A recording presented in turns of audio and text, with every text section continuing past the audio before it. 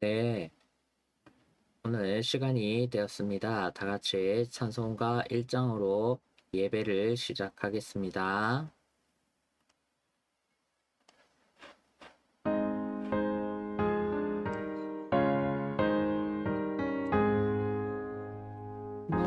만복의 근원 하나님, 온 백성 찬송 드리고 저 천사여 찬송하세.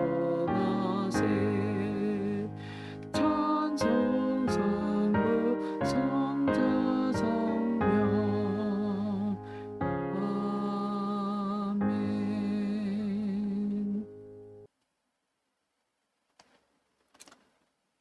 할렐루야. 여호와는 나의 능력과 찬송이시요 또 나의 구원이 되셨도다.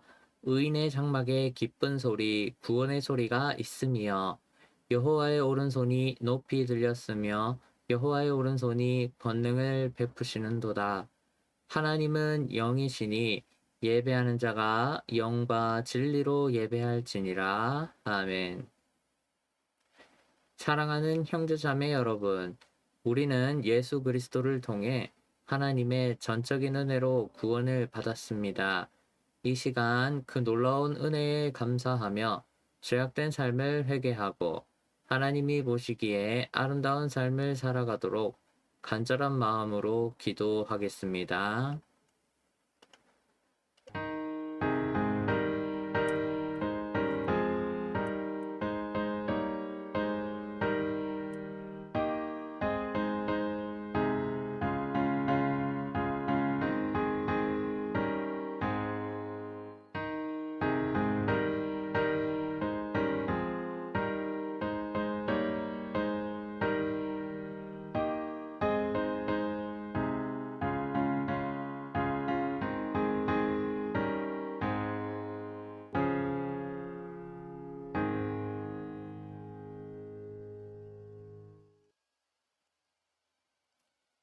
그러므로 우리는 긍휼하심을 받고 때를 따라 돕는 은혜를 얻기 위하여 은혜의 보좌 앞에 담대히 나아갈지니라.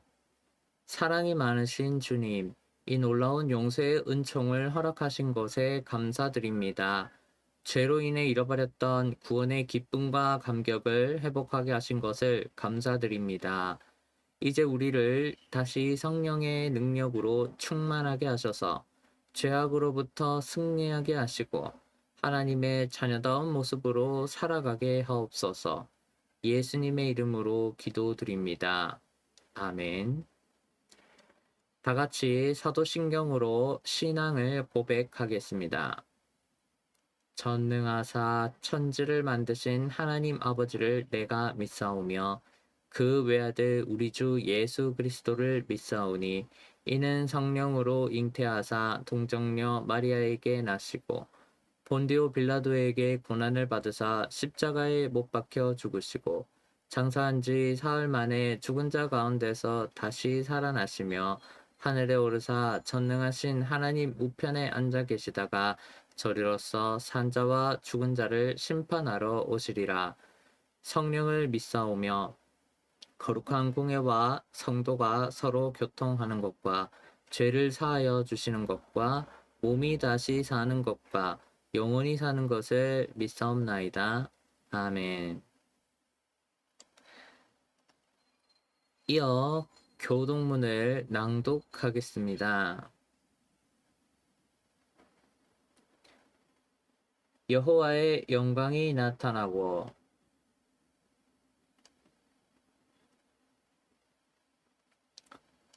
베들레헴 에브라다야 너는 유다 족속 중에 작을지라도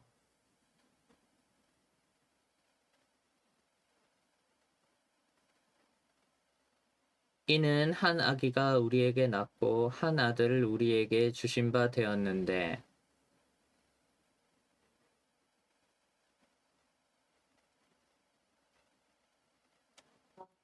영존하시는 아버지라 평강의 왕이라 할 것임이라.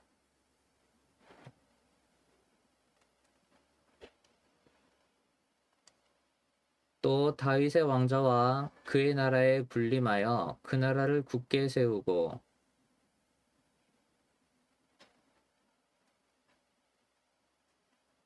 천사가 이르되 무서워하지 말라. 보라, 내가 온 백성에게 미칠 큰 기쁨의 좋은 소식을 너희에게 전하노라.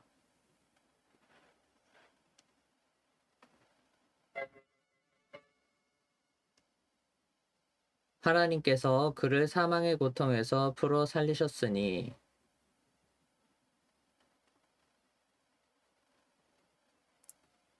우리 주 예수 그리스도로 말미암아 우리에게 승리를 주시는 하나님께 감사하노니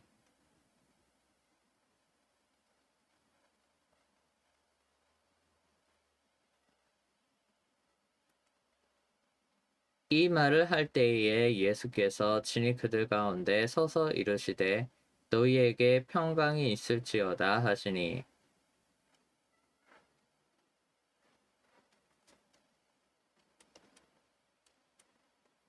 예수께서 이르시되 어찌하여 두려워하며 어찌하여 마음에 의심이 일어나느냐.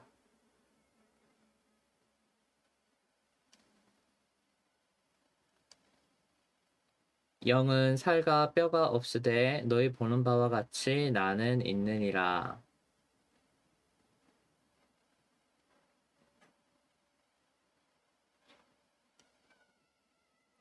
예수께서 이르시되 나는 부활이요 생명이니 나를 믿는 자는 죽어도 살겠고 무릇 살아서 나를 믿는 자는 영원히 죽지 아니하리니 이것을 내가 믿느냐.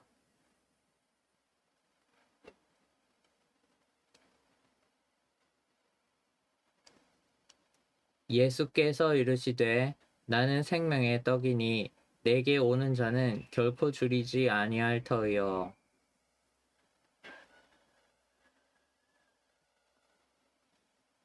나는 하늘에서 내려온 살아있는 떡이니 사람이 이 떡을 먹으면 영생하리라.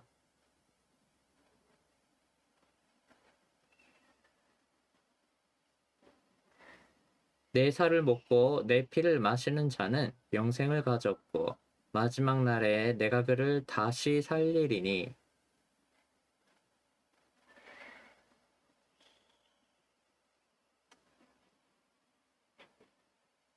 내 살을 먹고 내 피를 마시는 자는 내 안에 거하고 나도 그의 안에 거하나니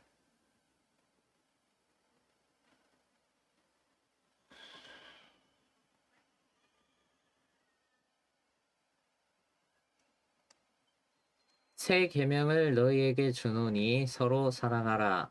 내가 너희를 사랑한 것 같이 너희도 서로 사랑하라.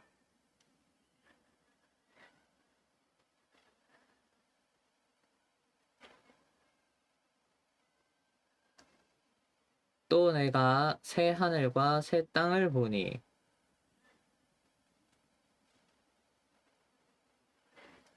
또 내가 봄에 거룩한 성 새 예루살렘이 하나님께로부터 하늘에서 내려오니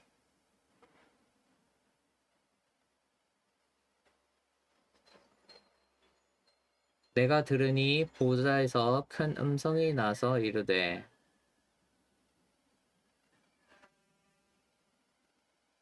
하나님이 그들과 함께 계시리니 그들은 하나님의 백성이 되고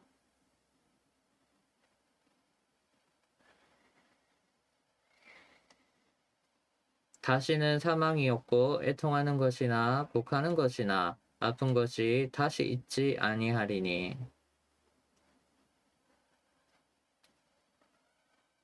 보좌에 앉으신 이가 이르시되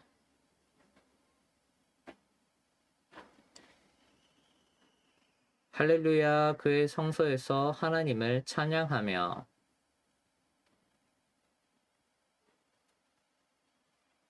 그의 능하신 행동을 찬양하며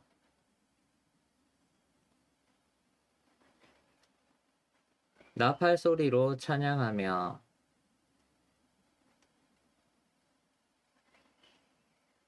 소고치며 춤추어 찬양하며 큰 소리 나는 재금으로 찬양하며 호흡이 있는 자마다 여호와를 찬양할지어다. 할렐루야. 아멘. 네, 오늘 주시는 하나님의 말씀은 고린도전서 1장 11절입니다. 고린도전서 1장 11절입니다.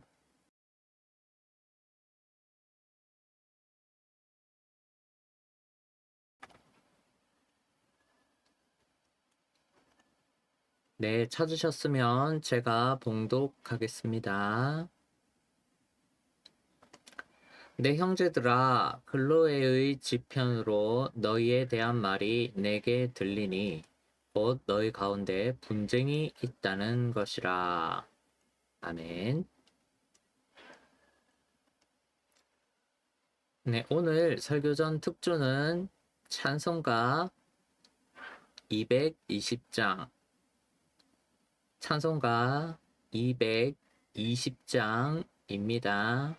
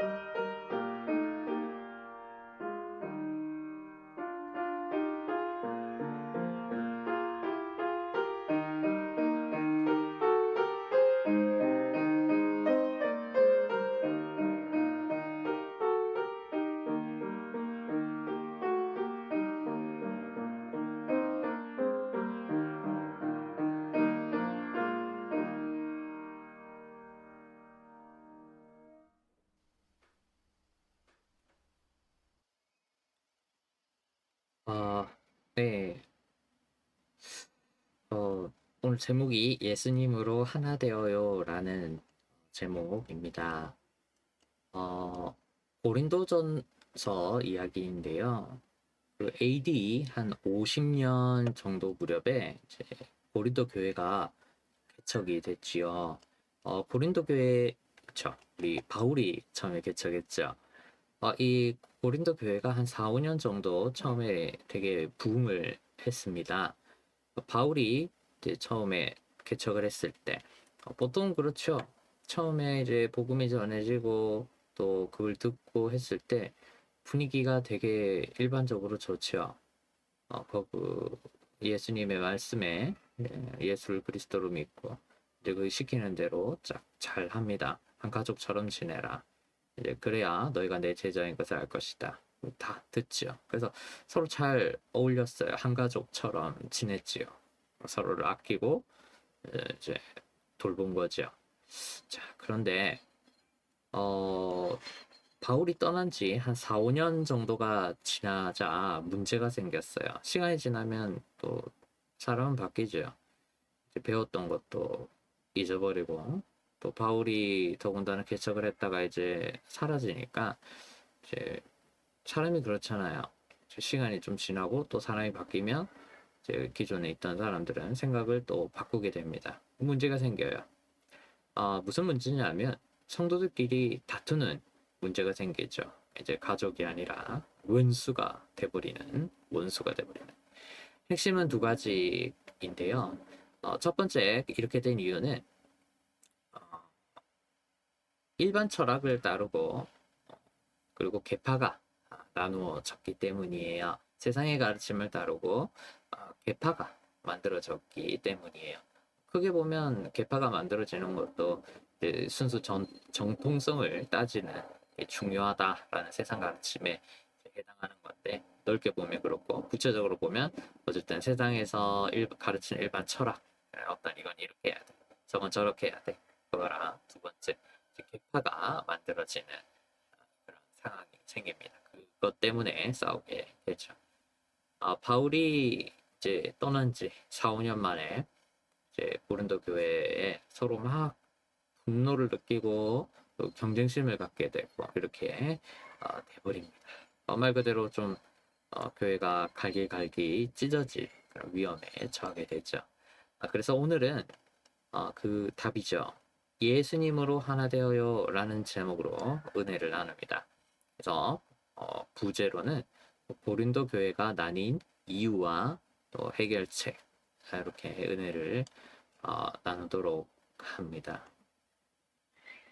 고린도 교회가 어려워진 중요한 원인이 있었지요. 구체적으로 따지면 첫 번째, 세상의 지혜가 교회에 들어옵니다. 보면 고린도전서 1장 19절에서 20절에 이 세상의 지혜는 일반 철학을 의미해요. 교회가 세상이 주는 일반 철학에 귀를 기울인 거죠. 일반 철학. 이건 인간은 이런 존재야. 이건 이렇게 이 상황에서 해야 돼. 세상을 살아갈 때, 이건 이렇게 하는 거야. 그게 맞아. 라는 이야기들을 많이 하지요. 당시 고린도 교회는 항상 성경을 배우고 예배를 드렸어요. 하지만 우리가 기계음을 듣죠. 기계가 웽웽웽웽 하고 옆에 좀 우리 동네 포스코 있는데 기계가 있는데 차 지나가는 소리 그런 것도 그러니까 듣긴 듣는데 이게 그냥 아무 의미 없이 그냥 듣는 거예요. 무감각하게 듣는다 해야 될까요? 그리스도인이 세상을 어떻게 바라보고 세상에서 어떻게 행동해야 되고 세상에서 이렇게 해야 한다라는 그 하나님의 말씀을 그 성경의 가르침을 우선시해야 되는데 그게 아니고 그것을 대신해서 세상이 알려준 살아가는 어떤 방법, 행동하는 방법 이런 것을 일반 철학을 우선시했어요. 대표적인 문제를 드러내는 바가 성찬식이었어요. 고린도 교회 성찬식 이야기가 많이 나오죠. 그 고린도 교회는 일반 철학을 따라서 사회적 차별을 교회에 가져옵니다. 성찬식을 할 때에 주인이 먼저 성찬을 하고 노예들이 있었죠. 그때는 노예들은 성찬식을 이제 나중에 하는 상황이 생긴 거예요. 지금으로 따지면 표현이 좀 그렇지만은 이제 그죠? 중소기업에 사장이 먼저 그 성찬을 하고 제일 밑에 힘없는 사람은 그 다음에 성찬식을 해라. 이런 식으로 하는 거예요. 당시 헬란 문화에서 주인이 뭔가를 먹은 다음에 노예들이 뭔가를 먹을 수 있었어요. 이걸 들여온 거죠, 교회에. 왜냐? 주인이 노예보다 중요하고 또 높은 사람이기 때문에 그렇게 먼저 먹어야 그렇게는 나중에 먹어야 사회 질서가 유지된다라는 게 일반 철학이었어요. 그래서 이 고린도 교회도 그걸 받아들여가지고 성찬식에 적용을 한 거예요. 그 주인이 떡과 포도주를 먹은 다음에 그 다음에 또 너희가 성찬식을 늦게 해라 이런 식으로 돼버린 거죠. 그래서 노예들이 기다려야 했어요. 성찬식 할 때. 참 안타까운 일이죠. 고린도 교회는 교회의 하나됨을 확인하는 의식인 이 성찬식을 하나됨이 아니라 두개됨으로 만들어 버렸어요. 성찬식은 예수를 그리스도로 믿는 사람이라면 모든 사람이 함께 참여해야 하죠. 한 번에 같이 해야 돼요. 하나됨을 이루는 확인하는 의식이거든요. 그래서 누군가의 신분이 뭐 하인일 수도 있고 주인일 수도 있는데 그거랑 아무 상관없이 그냥 같이 해야 되는 거죠.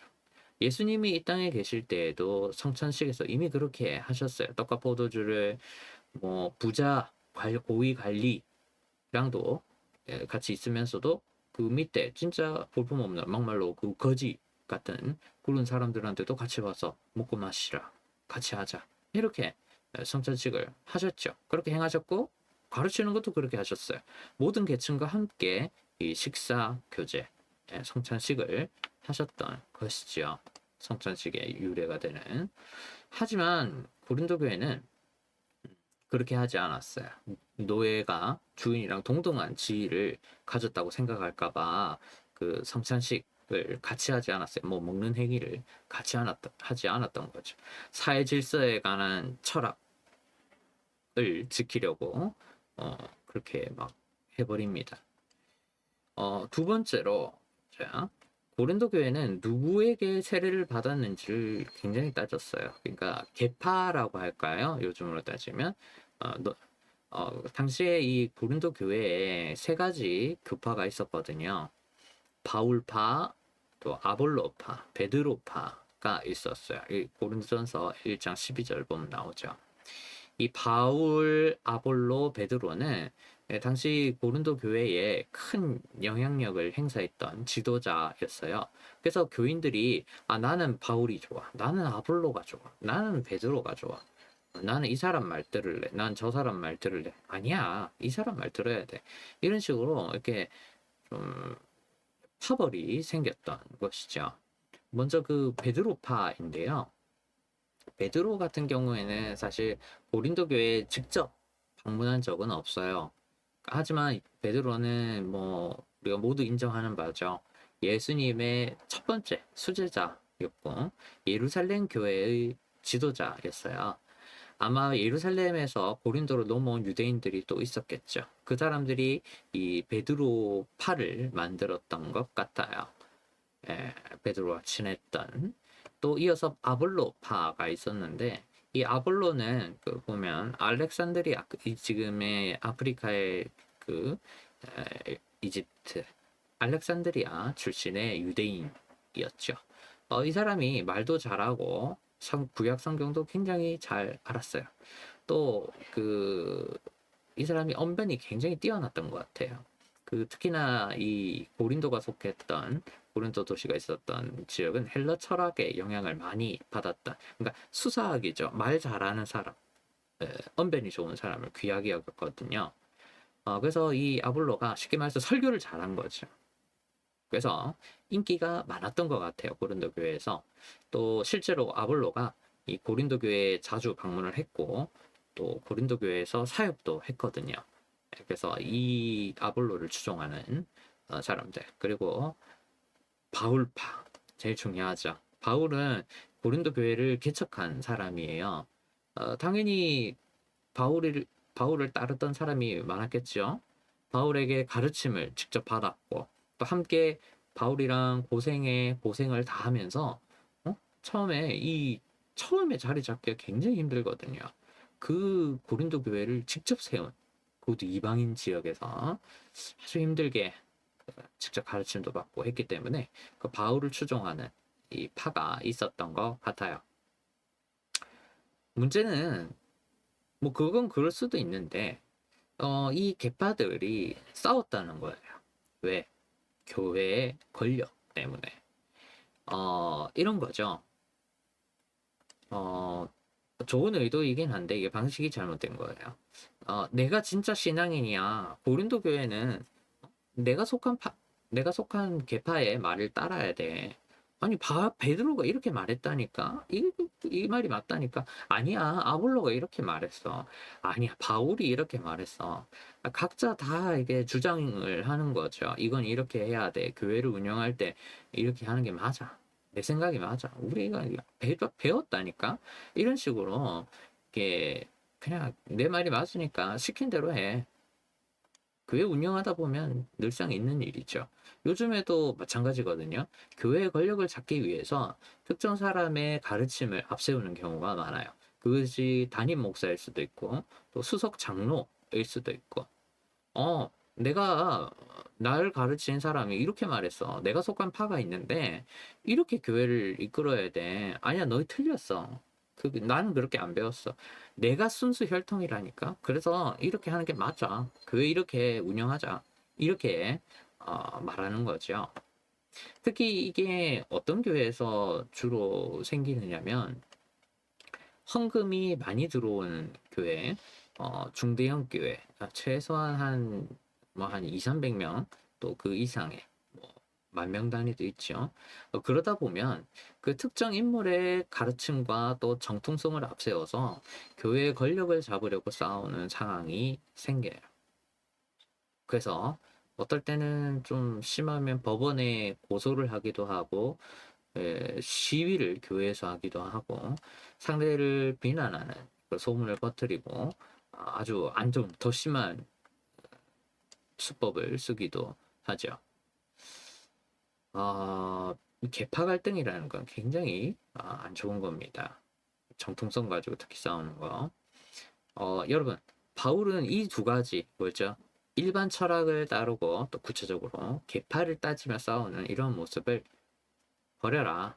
하나됨을 이루라. 하나가 되라. 이렇게 이야기해요. 고린도 교회의 갈등과 분열에 대해서 그 해결 방법을 제시하는데요.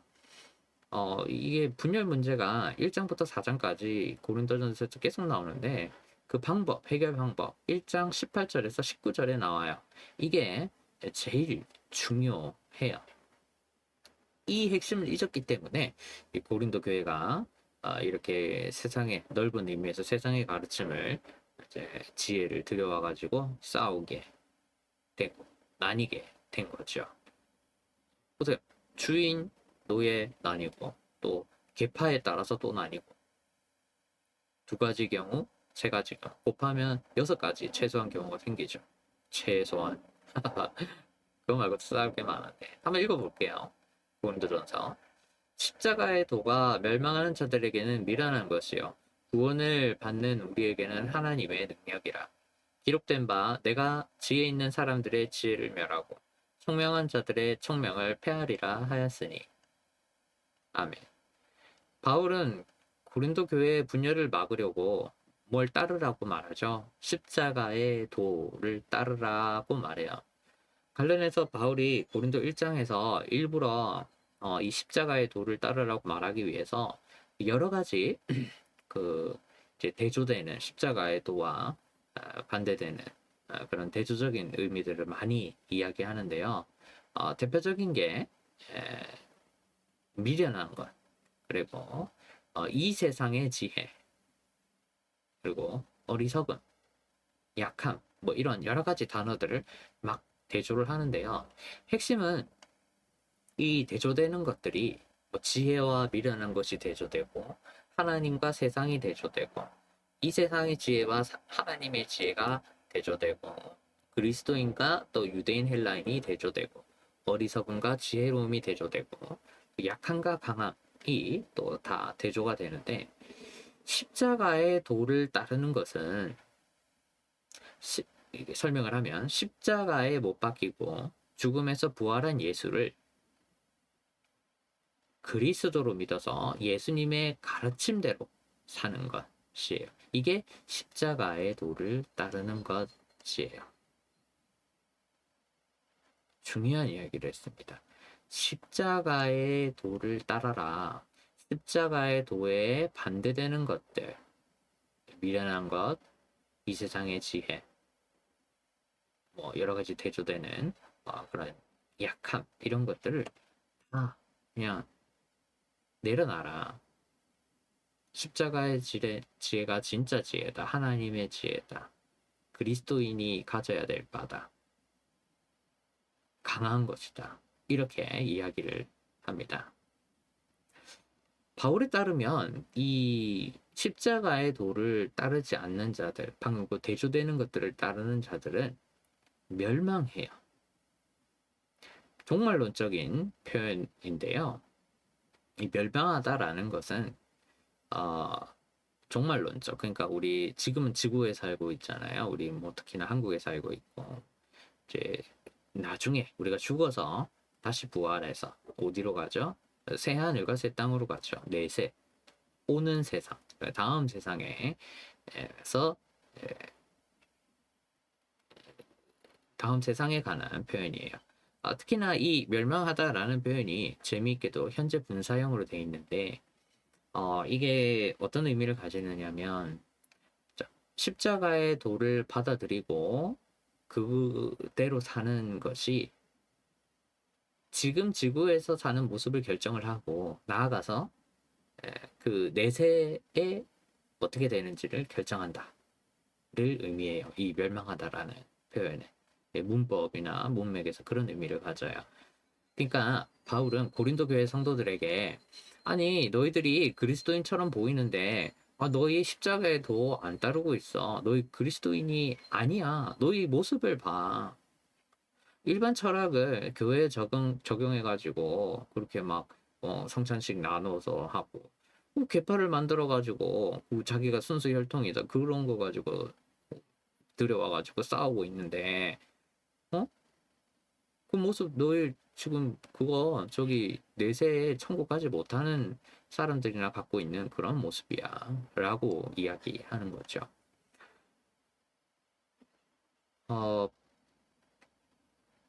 여러분 말씀 맺겠습니다. 고린도 교회가 분열된 것은 세상의 지혜, 그러니까 넓은 의미에서 보면 일반 철학 그리고 또 계파의 정통성 따지는 거 다 포함을 해서 그 세상의 지혜를 하나님의 가르침 또는 뭐 지혜, 십자가의 도보다도 그것을 우선시했기 때문에 그래서 이 고린도 교회가 분열됐어요.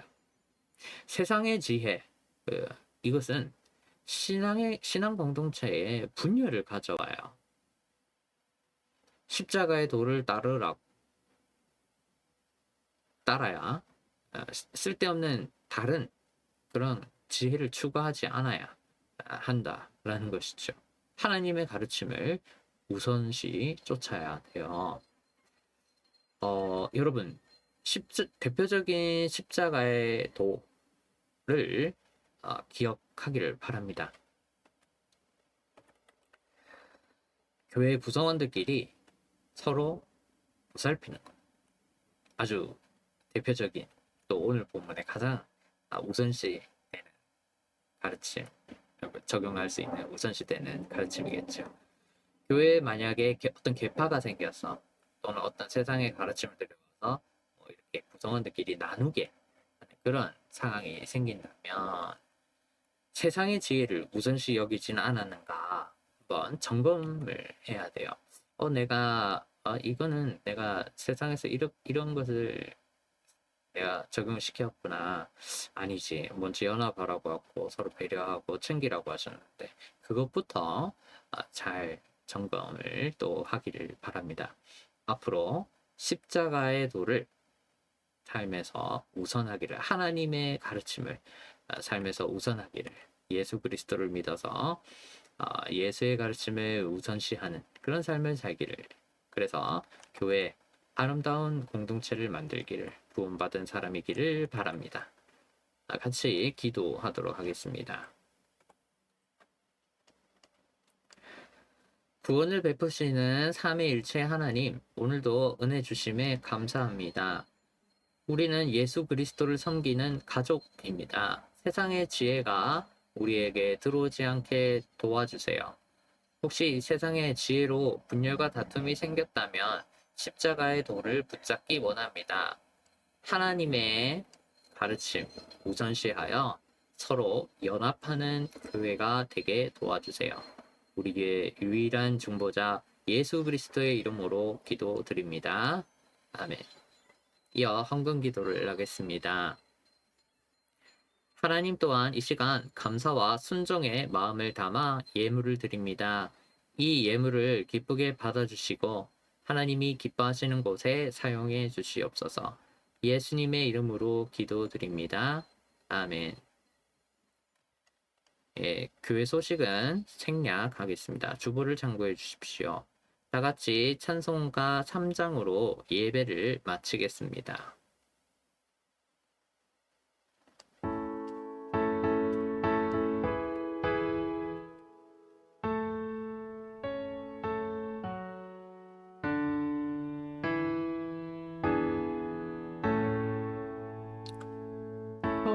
성부 성자 성령 찬송과 영광 돌려보내세 태초로 지금까지 또 영원 무궁토록 성삼위께 영광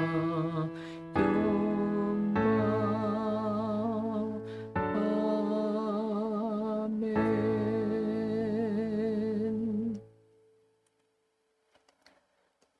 이제는 우리 주 예수 그리스도의 은혜와 하나님 아버지의 극진하신 사랑하심과 성령님의 함께 하심이 오늘 말씀을 듣고 말씀을 실천하기를 원하는 모든 사람들 머리 위에 이제로부터 영원토록 항상 함께 있을지어다.